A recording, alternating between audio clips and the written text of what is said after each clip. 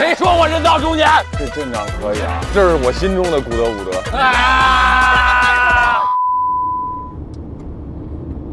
今天是溜溜哥的大日子，我都有点慌了。今天是溜溜哥在澳洲的粉丝聚会，我们包了一个赛道。你别慌，你说两句话。慌了，大哥，我已经慌了。这阵仗有点超乎我想象。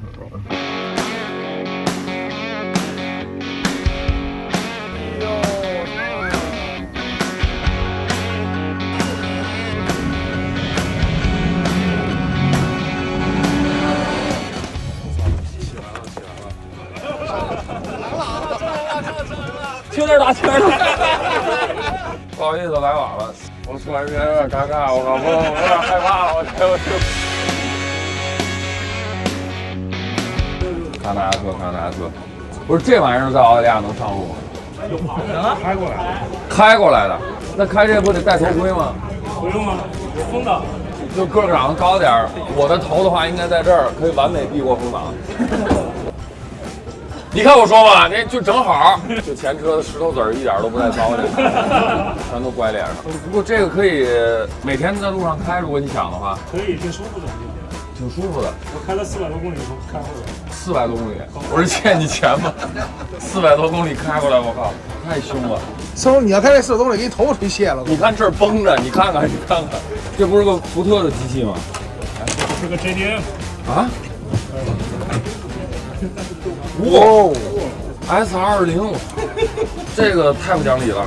Turbo 的是原厂，有260匹，好汉 Boost 的话200 200千瓦，小300匹，太奇怪了，你们这儿都开怪车。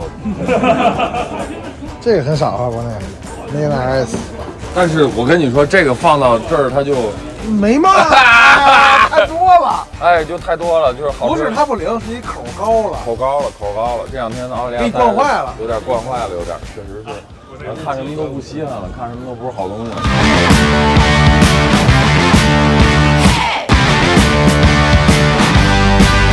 车牌照，这车牌照太狂了，哥们儿，5一段吧。你是艾坤是吗？好，看这个发型像不像？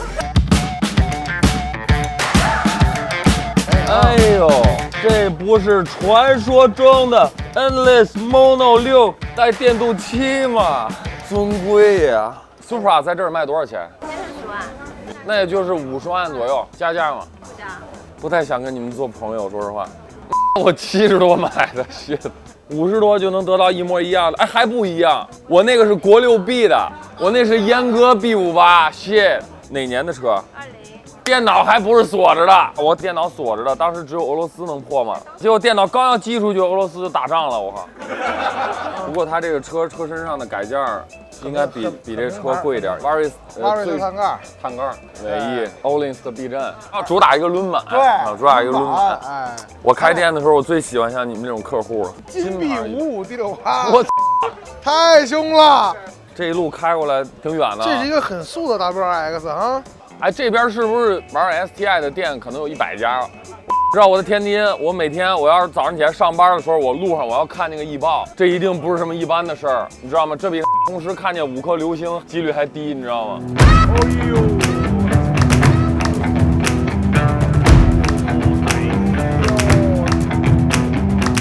这阵仗可以啊，就是这是我心中的古德伍德，对吧？古德伍德就应该这样，多过点这，过一堆土磨叽成精有什么意思？害不害？对呀，就过点这，接地气呀，那是。现在我们是在澳大利亚悉尼，改装就是这样。这家也可以啊，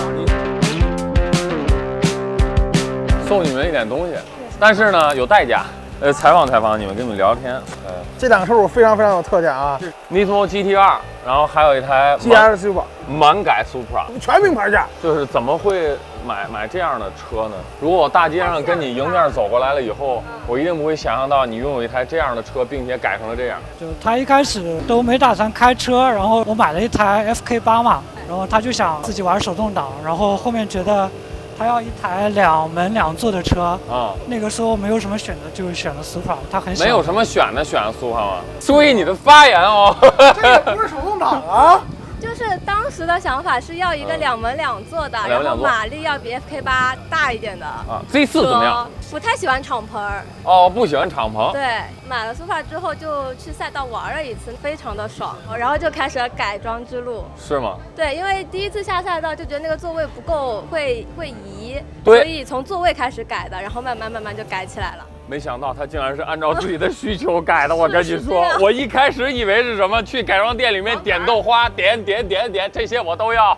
对，我以为是这样，你知道吗？是一步一步来的。对，没想到人家是一步一步来的，而且呢，这台车改装我从头看到尾，这明显是一个 track day 的这样的一个风格，就是所有的东西呢，在保证质感的同时呢，就是为了应对日常的赛道日的需求，所以先从座椅开始改的。对，然后呢？最早是有一个拉花，然后就是座椅改完之后是轮毂，对，轮毂之后是尾翼，然后像 Olympus 和 Endless 这些性能件是最后才改的，因为赛道需求。明白，人家用的是 RE71 RS， 这个胎也是非常竞技的胎啊。然后咱们再来看旁边这一台。这叫 GT2总啊，这个 GT2 的 Nismo， 我天！我老婆支持，她说买 GT2 的话就得买顶配的，就得买 Nismo。道理我都懂，但我怎么就学不会呢？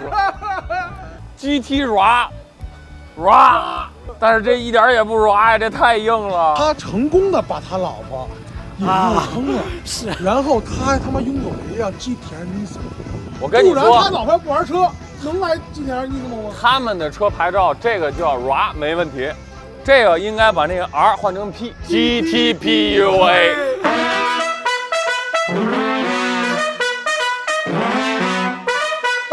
我兄弟送你件衣服，谢谢。哇，你的车有什么比较有特点的地方，能给我们介绍一下吗？我的圈 T37 VSL。对的 ，T37 V 和普通的 T37的本质区别呢，在于普通 T37 更现代，但是 V 的话，它代表了一个经典的一个样式，所以说它的 face 会特别好看，然后会有台儿，这个就是 V 的特点。但是呢 ，V 后面再加个 L。这个就是带着经典复古的轻量化。如果用普通的 T37 SL， 有点老少配了。那个对老少配，这个我哪儿都出话了，老少配，你怎么想起来这么龌龊的词儿啊？你这车牌太狂了，11000转，是追求高转速吗？对，追求就是这种本田魂。它这个车上面装了4个小喇叭，4喉直吸，我曾经也装过，遇上了一个大风天，就再也不装了。从这个喇叭里面直接抽进去的空气，如果里面有一些小石子啊、小灰尘啊，直接跟着发动机就烧了，就会在你的气缸壁上面留下一道永远也无法磨灭的划痕。接下来你的缸压有可能就变得不好了。这个车的话，平时改来主要是干什么用？是为了跑赛道的。跑赛道，那能给我们简单介绍一下目前改装的这个内容吗？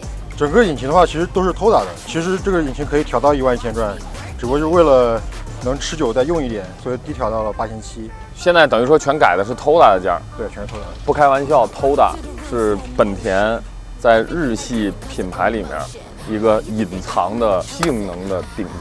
大家都知道 Boon、Mugen、GS Racing， 但是其实真正做动力这一块最在行的其实是偷打，只有偷打。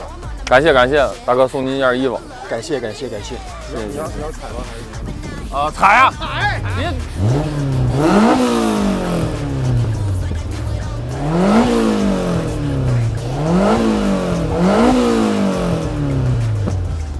茶味在呲。啊？有东西在呲。啊，没这儿水箱盖它水满了，然后压力有点大，它往外顶了点，没事，小场面。哈哈哈哈。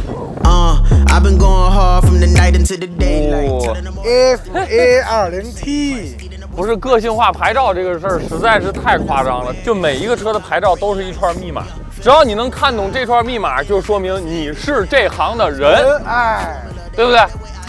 所以说大家都喜欢用这种密码去交流，直接看车牌你就应该知道这里面带 turbo。Baby, I'm a go getter. 和我身上同款 Go figure. Baby, I'm a go getter.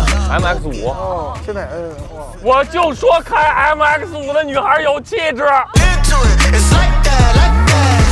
有眼不识手动大爹呀！你应该说有眼不识手动天津小老虎。北京现代，你看还得说我们海河是女根儿，知道吗？哎，北京现代。哎，你为什么会喜欢现代的 N 呢？因为它很便宜，这边卖的话落地不到20万人民币吧。这个价格原厂能放炮，然后又手动挡，又是 hatchback， 选择很少。它超动，所以说它的选择是非常的精准的。在这个价位区间，如果是在这儿的话，这台车确实很划算，因为它刚才说的价格已经比影豹贵不了多少了，而且是最强的。现在它比大众车系的车要更加的竞技，更加的强。会不会偶尔去玩一玩什么？我跑赛道的，也就是说你会去开着这台车去赛道里面，还会打卡。对，这个车最有意思的一点是它在现代给一个原厂的赛道保险，就是如果说我在赛道里把这车开爆了，我可以开回现代去，保险它赔。对，像那个某些日本车爆缸问题就可以得到了一个置换的解决办法。哎呦，说你了，哥们儿！我跟你说，你知道在他们这儿，这他刚才说的是一个特别严重的对比问题。就是这款的 BRZ 和86，这款的 BRZ 86在全世界范围内都不给上这个，但是他又疯狂推赛道，就疯狂给车主赛道券，但是赛道里你车如果爆缸了，他不管，对，算自己的。现代我就说良心车企，他给一个赛道的保险，有保证，没毛病。什么？你乐什么？给我开心。他说他跟被充值了一样。北京现代打钱。北京现在，他知道N没什么钱。我是洗不干净，你知道吗？我能试一下这变速箱吗？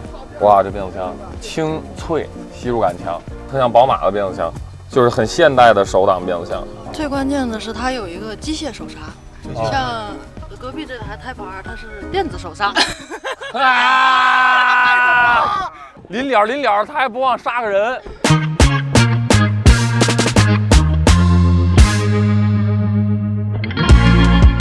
一件帽栓，你可以当 oversize 穿。什么车？这台粉色的11代 ITI 啊，原厂这不标速啊。这并不是一台素车，有酱豆腐色贴膜，挂了一个狐狸，那叫林纳贝尔。你个垮子，不是你为什么会开这样一台车呢？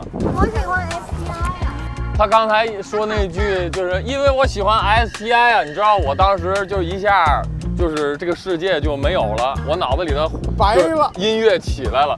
Oh my love， 就开始了，你知道吗？ Oh my love， 要不你再给他说一遍吧，他不行了。因为我喜欢 STI 呀。太衰了，哥们儿。因为我喜欢 STI。那边那台 Supra 也是女孩哦，看看明日香，哎呦 ，Not a BMB， 哦 shit， 说出了他的心里话，全是密码，我跟你说，全是密码。这吉贤达的状态也太好了吧！像这边这种橙色的这个年代的车，吉贤达呀、C33等等类似这些，好找吗？不是很找，这我在飞书上不是不找的。哦，从墨尔本买了，墨尔本托人帮我看车，然后拖回来了。哦，这样，对，好漂亮啊！谢谢欢迎。不是，我不开玩笑，这是我的车，它很适合我。你看我们俩这个风格就很像。行，然后你躲开。行。像不像我车？我真觉得特别帅，我特别喜欢这种方盒子车，它其实是代表了日本对于豪华运动的那个理解。对，那种经济最发达。经济最发达的时候，每一台带有运动属性的后驱车，它都带着豪华属性，所以说就是全都有。对，我跟你说，这就是那个时代的日本 RS6，性能在那个时候算是很强劲了。兄弟，你能借我来一下吗？我开一下这车，你看这车像不像我？我没跟你开玩笑。这小绒布座椅一坐上了以后，简直跟我的皮肤就嵌在了一起。坐进这个车里，我现在仿佛不能自己。哥，那边有粉丝说你人到中年，谁说我人到中年？谁说的？太正了吧这个！我要是到澳大利亚，我就得开这个。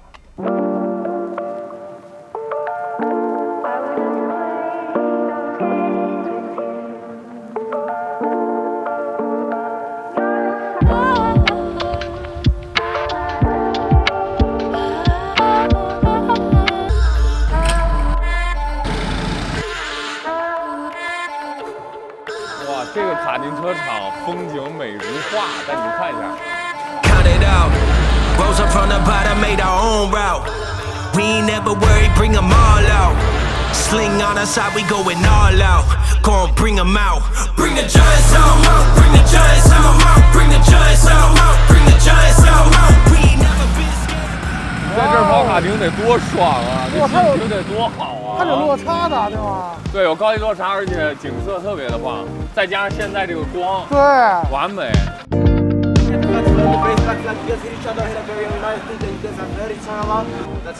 OK。哦，怎么可以有？这都是胡说的吗？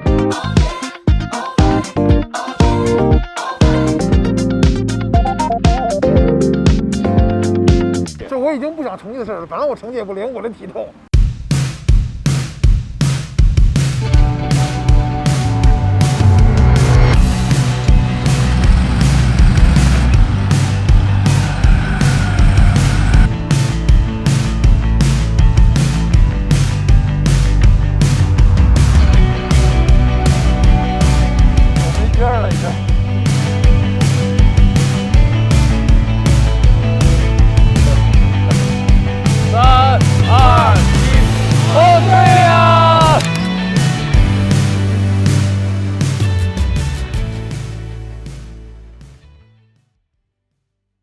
就在一个悉尼的停车场里，今天晚上我们参加一个非常厉害的汽车聚会。I ain't tripping, this is easy, easy. Got 'em excited to meet me, meet me. I got diamonds, you got CZs, CZs. Wake up, get to it and repeat, repeat. 看看 A186 吗，哥们儿？啊？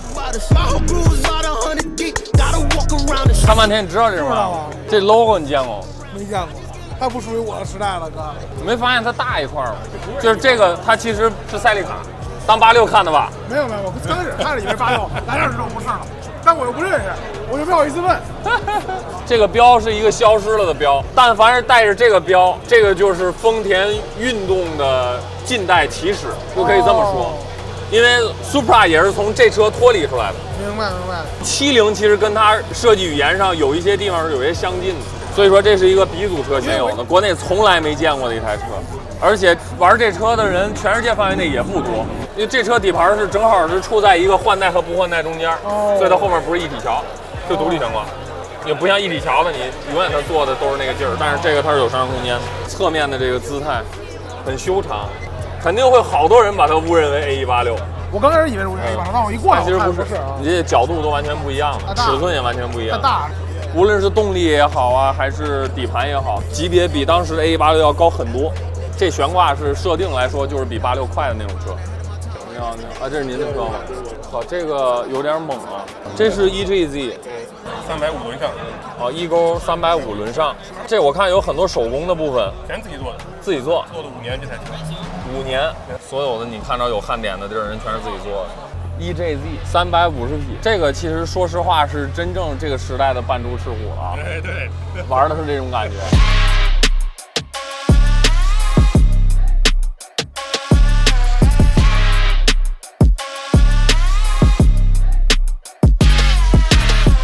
这是我的梦啊！ OK， 这不是我的，真假的呀？你看他不兴奋吗？还好吧。这个是一个极致的 AMG 出的赛道的玩意儿啊！没错，我就喜欢这种一点娘们劲儿不带的玩意儿。啊，你说的对。你瞅我瞅你这一般啊，多棒啊，是吧？啊，是挺棒的，我觉得挺棒的。Black Series 数量也少，原厂性能就超级强。Black Series 我曾经是对 C63，当204那代的，对204的那个 BS， 对那个我是特别喜欢，就我会觉得这台车有点太极致了，你知道吗？就是它缺了点街头的感觉，那个时代的 BS 都非常的街头。这台车的话，你会觉得它是一个赛道技术武装到牙齿的一个，因为民用车和赛车的本质来说，它的中间的分水岭就是空气下压力。对，这台车呢其实是民用车里面很少有的空气下压力很大的那种，对，太极致了，所以说我觉得离我有点远啊。我比较喜欢那种在街上的流氓 CLS， 你想想 SL， 然后 C63， 看了吗？这是一个街上的小流氓。对，但是我如果开一台 AMG GT BS， 我是一个大流氓。我不爱喝啤酒，爱喝北冰洋。我是来自北京的大流氓。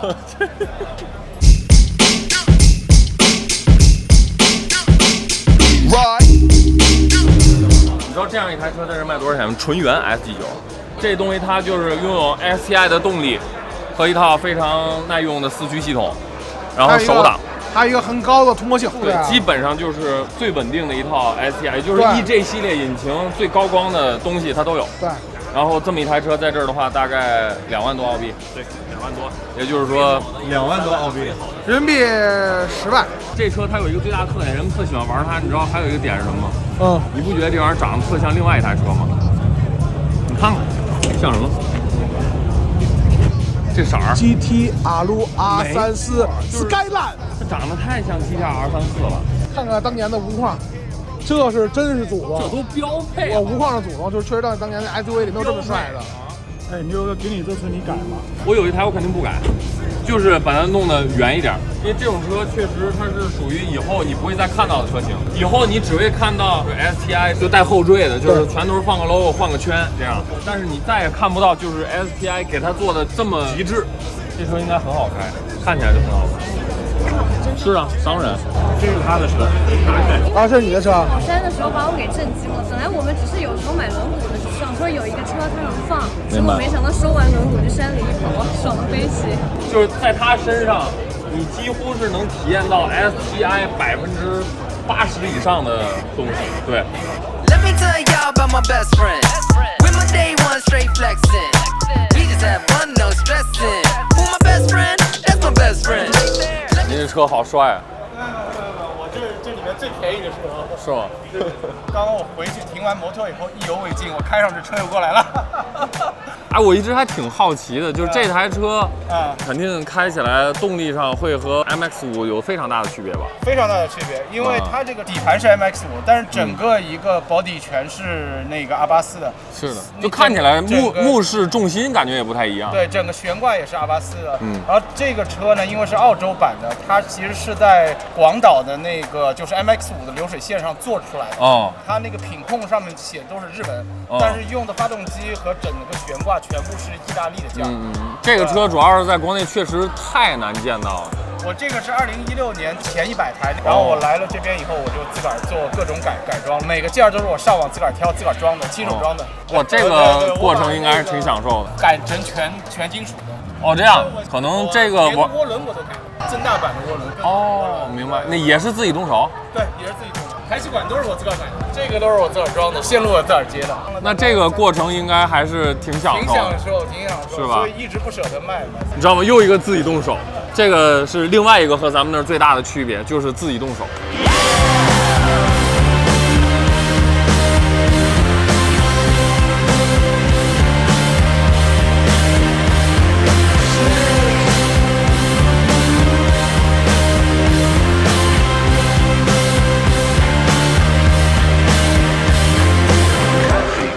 就是每一次到这种氛围的时候，都特别想感叹，如果经常能大家在一起这么合法合理的聚一聚，交流改装啊，玩车的心得，就你何愁改装文化不繁荣昌盛？